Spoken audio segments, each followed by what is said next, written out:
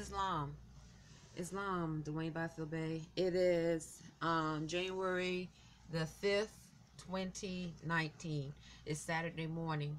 I'm going to make this a real quick video.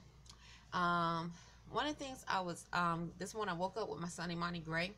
And actually, you see how my locks are? I just woke up not too long ago. I cooked Imani pancakes and veggie sausage and myself before he went to work. And I was telling Imani how important it is to have good work ethics. I'll just leave it at that. I was just telling him how important it is to have very good work ethics and take pride in what you do at Wendy's.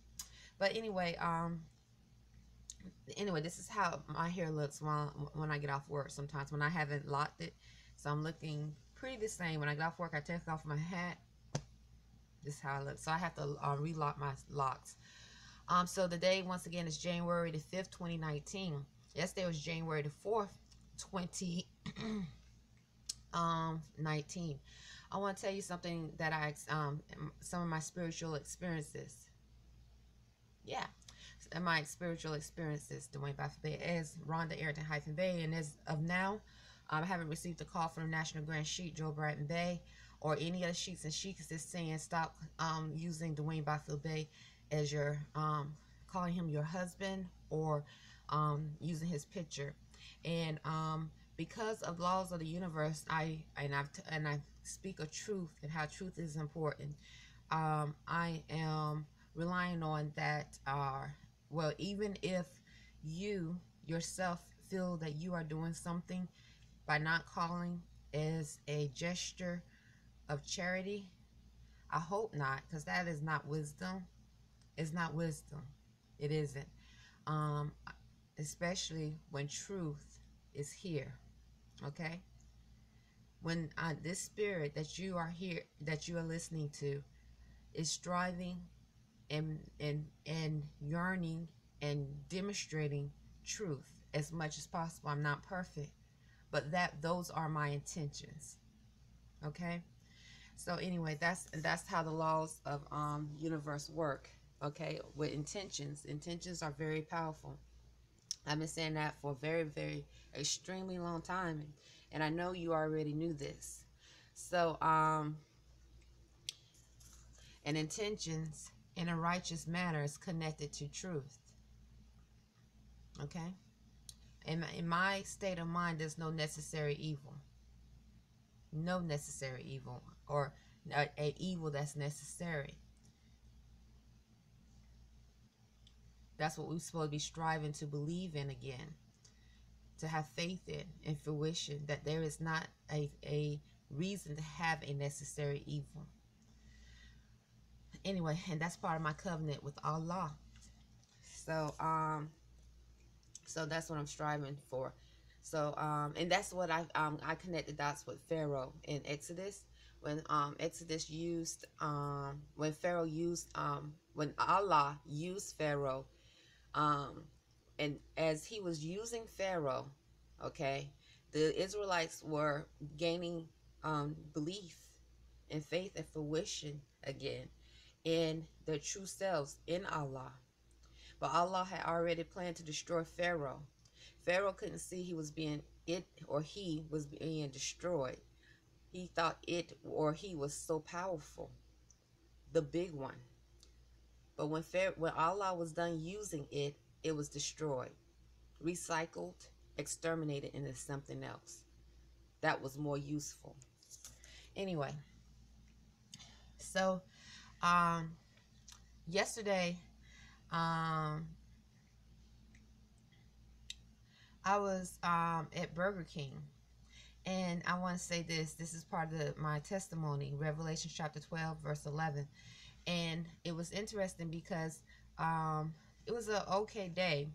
I was as soon as I walked in, maybe 10 minutes after I walked in, this pale skin walked in, and he comes in every once in a while. Or he started coming in maybe 3 weeks ago, approximately, maybe 3 weeks ago, approximately, and he would sing R&B music, and seemed like he had like a black male around him, like, you know how some of the pale skins have soulful voices, and like Vanilla Ice like vanilla ice. And like I know when I was growing up, the vanilla ice thing was very popular in the South. Vanilla ice and other pale skins that knew how to rap. So that's how he would come in singing and whatever. And he so maybe 10 minutes after I walked in, he walked in. I mean, he said, "I want my usual." I said, oh, "Okay, where's your usual?" He was like humming or trying to say my name, Rhonda. Are you okay, Rhonda? You know, I was like, "I'm fine," and I was wondering if he was on drugs, but I don't think he was. I'm not sure, but um anyway, uh. I did because I said you after you come in enough, I will try to remember what you're ordering, what your order is, or regular. But the last time I seen you was maybe last week or week before last, or or last week. I said I don't remember seeing. I don't know what you ordered. And then as I turned around to prepare his meal from the shoot, I had these thoughts were coming because he was behind me still, and I don't know if he was looking at me because my head, but he was definitely just staring towards my direction. And then these thoughts started to come of when I was like young, 17 years old, and I thought, and I was dating pale skin. This was very disturbing for my father. My father, which was an entrepreneur, a Moorish American, but he didn't reclaim his status, Dwayne Byfield Bay, was a very strong man when he was on this earth plane. Very strong. And I mean, even though his tongue was not as good as it should be, he never ever physically abused me. Never. Never. Or my sister. I don't think he ever spanked my sister. Ever. And he spanked me once that I remember. One time. And I deserved it. I was just, wow, my thoughts were not right. And this is why he was trying to get his own business in Georgia. He had already had his own business in North Carolina. And when he moved to Georgia, he, like my mother, she also had her own business as a Moorish American, but they weren't in their proper status. They had never reclaimed a nationality. So he was in the process of getting his own business. And that's when all of a sudden we got a call about my mother remains being found. And it really just, my thoughts, everything just even went to a different level. I really behaved not honorable for a daughter. And so definitely my thoughts was manipulated, probably in the form of possession. Not probably, I know. So that's what these. So it was like these thoughts were coming in my mind of a pale skin, like I'm nobody because I dated a pale skin when I was 17 years old. That while I was at Burger King, and you know what I did, Dwayne? I immediately reject the thoughts, and I know that was a war. Not saying that was coming, that those thoughts were coming from that pale skinned male that singing R&B like Vanilla Ice, or the customer. But in my experience at that moment, I rejected the thought and I prayed for my father, because I know, seeing what happened to my son Abbas Malik Bey, when unclean spirits cannot get to the parents here, they go after the child. Islam. So that was one experience. And then another experience came up right before I was about to get off at 3. Yesterday was Friday, the holy day. A black male came into Burger King, and he was like, "Hi, I'm Mr. Do Right." He had tattoos and he had shades on and a cap, like a hip hop boy. "I'm Mr. Do Right," and I was like, "You Mr. Do Right? Okay, may I take your order, please? Thank you for choosing Burger King." And he was like, "I'm Mr. Do Right. You Abner. You Abner." He just start calling me Abner and Mr. Do Right. I mean, say he Mr. Do Right and calling me Abner. And I after that, and I was trying to keep it professional, I started to speak a little bit louder so that others can hear. I said, "Sir, you said call you Mr. Do Right?" Because he was trying to flirt. And because first he started off low, and then he tried it, and then as I started to speak and repeat what he was saying, He then he started to raise his voice a little bit. Anyway, I kept my professionality. Finished the order. Then he complained. After I finished the order, he complained to the manager, saying I'm out of control, and I was not good at customer service or something like that. Anyway, Jade, the manager, came and spoke to me, and I told her what happened. I said that he was flirting, and he was telling me his name was Mr. Do Right, and he kept calling me Abner. My name tag said, and I even told the guy, I said my name is Rhonda. My name tag says Rhonda. And after I did not respond to his flirtation, that energy, or whatever, that's when he called you over to complain about me. And she said, okay. Okay, so that was another situation, and so that's January the 4th. Once again, this is January 4th, 2019, Friday, the holy day at Burger King. Then Imani and I, we walked to Whole Foods. As we walk into Whole Foods, I remember I was in line paying for my food at Whole Foods. We chose to have veggie nuggets, spinach, ravioli, and a vegetable burger, or organic vegetable burger with red onions for dinner last night. Anyway, I looked behind me while I was in line to pay for my food, and there was this black male that had a jacket on saying Buffalo Soldier. His back was towards that way, towards this way, paying for his food. I'm looking towards this way, but I turned around. I looked around to just a glance, and I see right behind me a black male, or a little bit on the sides, had Buffalo Soldier on the back of his jacket.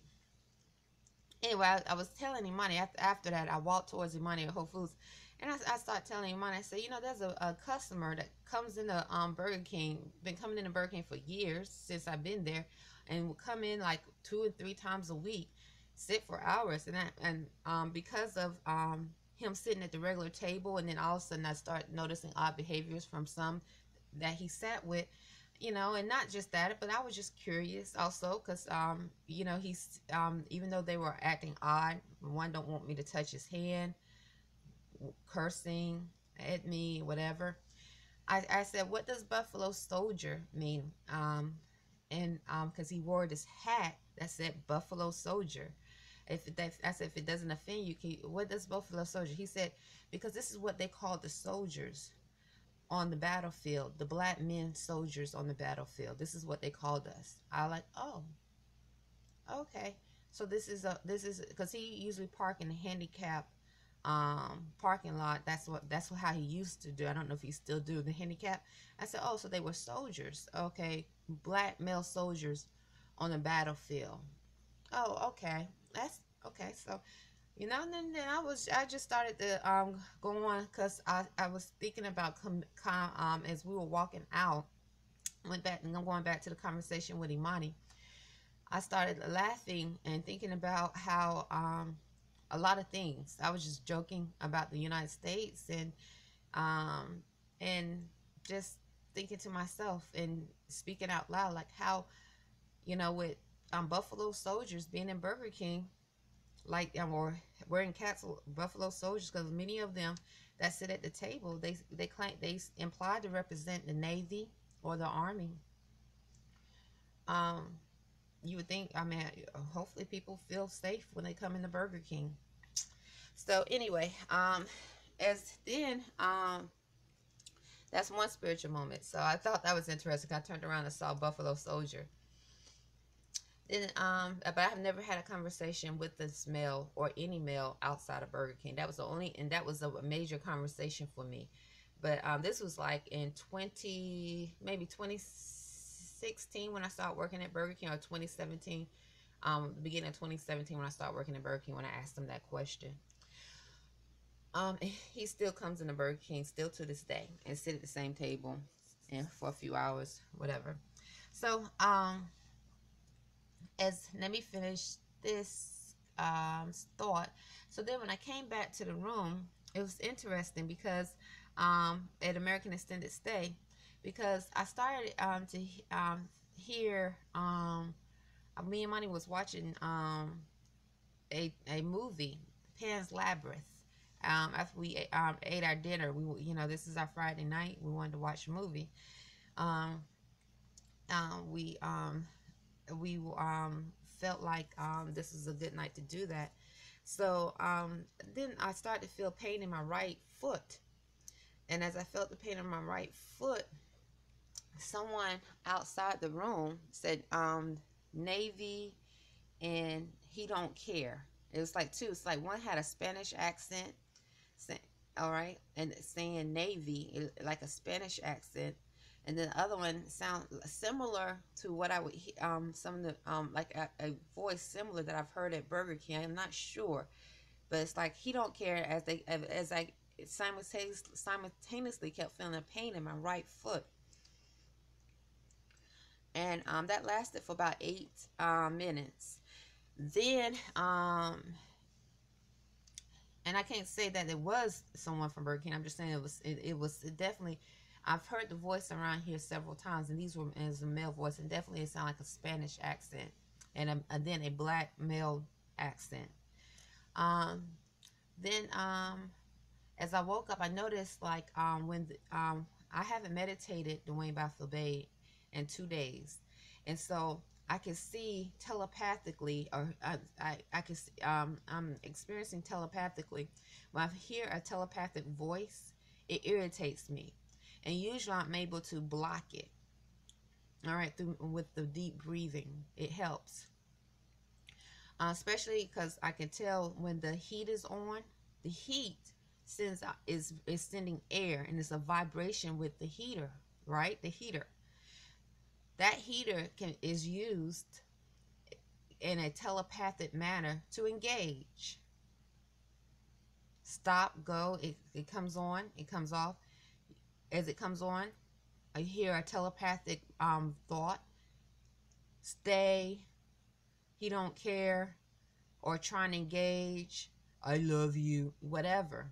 These are all psychological, spiritual war tactics. Okay, you keep using the word spiritual, but telepathy has been proven.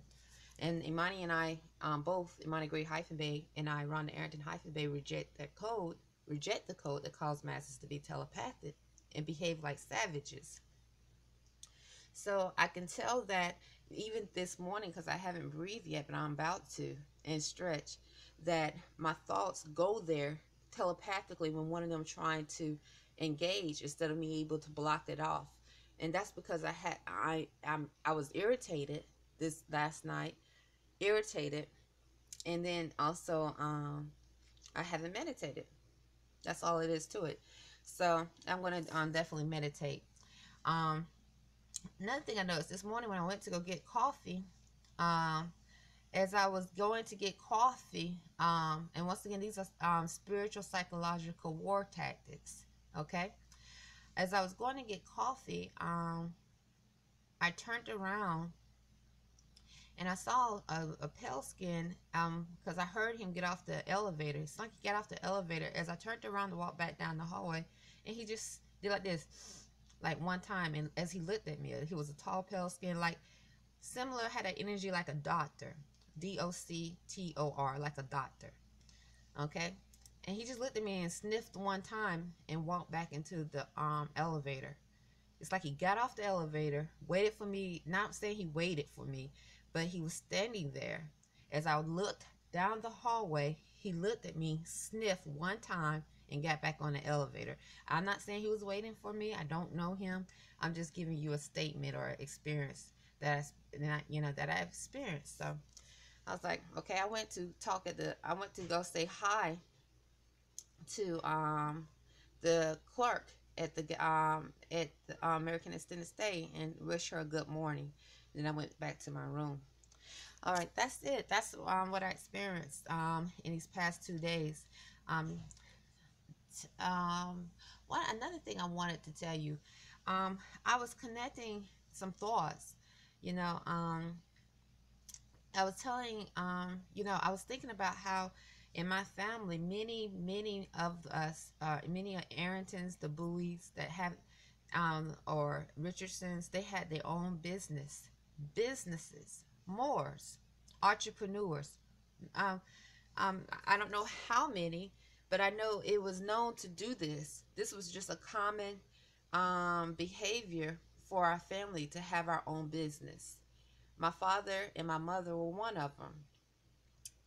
And I was telling Money, but now to get that land or the business, imagine the code being distributed that causes master to be telepathic to family members, Moors.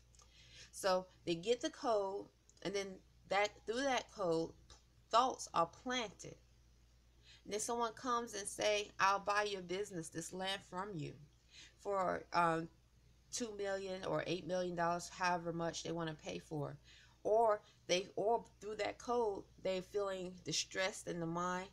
Their muscles are locking up, like we saw what happened with my son Abbas Malik Bey. What they are mentally imbalanced, spiritually imbalanced. So when and if so to try to free themselves from this ease, this distress, because they accepted the code, not truly probably understanding or have understanding the effects and what it's used for. They just thinking, "Oh, I'm telepathic. I can read their thoughts, and I can, even though I don't want to cause harm, maybe they don't. I can send a sharp pain if I want to, and I'm connected to a community of telepaths. I didn't know all this was going on. Wow, this is great." Not realizing that there was a reason for that. And so when they want that land, and not only that land, but downgrade them to a Negro, keep them because they're not in their proper status. So when they accepted the code, they're not in their proper status. They have no nationality. Okay, they did not reclaim a nationality. They are not seen as being part of the human family or recognized being part of the human family according to constitutional law. They are not in the constitutional fold. So they accepted the code under the United States Corporation and being treated as such. So if they don't do what they say when they want the land, they go after the land, they give up the land and their businesses and start working for someone else. Islam, downgrade to a Negro, Black, or African American. Anyway, those are my thoughts, Dwayne Baffabe. I'll talk to you later. And that's what I experienced these past 2 days. Islam.